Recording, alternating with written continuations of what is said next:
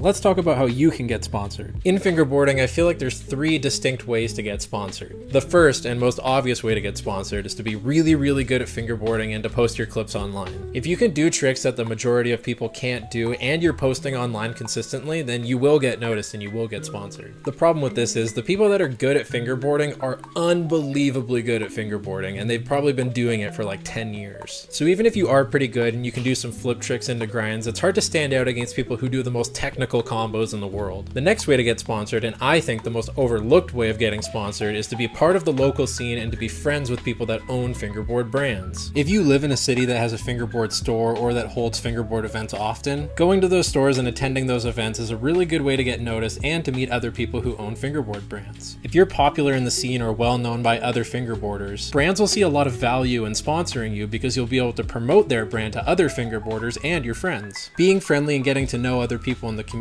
or bringing new people into the community is really helpful for brands to sell more products. So even if you're not the best fingerboarder, being passionate and dedicating time to the scene is really going to make you stand out. But some of us aren't lucky enough to live in a city that holds fingerboard events or has a fingerboard store, so that's where I come in. The third way to get sponsored is to become a content creator. I'd say a good 90% of fingerboard stuff that gets posted online has nobody talking and is just straight up clips of fingerboarding. A lot of people don't even bother to edit their clips and they'll just post one clip and that's it. And like I said previously, if you're really good at fingerboarding and that clip is absolutely amazing, or if you're really good friends with a brand owner, then maybe that's enough to get you sponsored. But the way that I was actually able to stand out and get sponsored was by dedicating my time to learning how to make engaging videos. Whether that be writing scripts for my videos, learning how to edit videos, or learning to record my voice and getting comfortable with speaking on a microphone, all of these skills combined are what made me different from a lot of other fingerboard creators. And of course there are lots and lots of other great fingerboard content creators that came before me, but with there being an abundance of simple fingerboarding clips with little to no editing, making more engaging content is a really easy way to stand out in the fingerboard scene. I personally like to teach people things or walk them through the process of how I learned to do a new trick, but other content creators in the community focus more on building parks and obstacles or doing reviews of products or even doing podcasts about fingerboarding. And for someone like me who isn't the greatest fingerboarder and I don't have any events or fingerboard stores in my city, being a content creator was the easiest way for me to get noticed and eventually get sponsored. So those are a few options you have to put yourself out there in the fingerboarding community, but a couple of other ways to get noticed by sponsors is to show support by either commenting, liking, or sharing their posts, or buying their products and tagging them in videos of you using them. I've had a few companies reach out to me because they noticed me commenting on their posts, or they saw that I tagged them in a video of me using their products. We can't always rely on brands reaching out to us, so if you really like a brand, show them some love and it can really go a long way. You can always send a brand a sponsor me video too so they can see what you're capable of. But don't just message brands asking for free products because that's never going to work.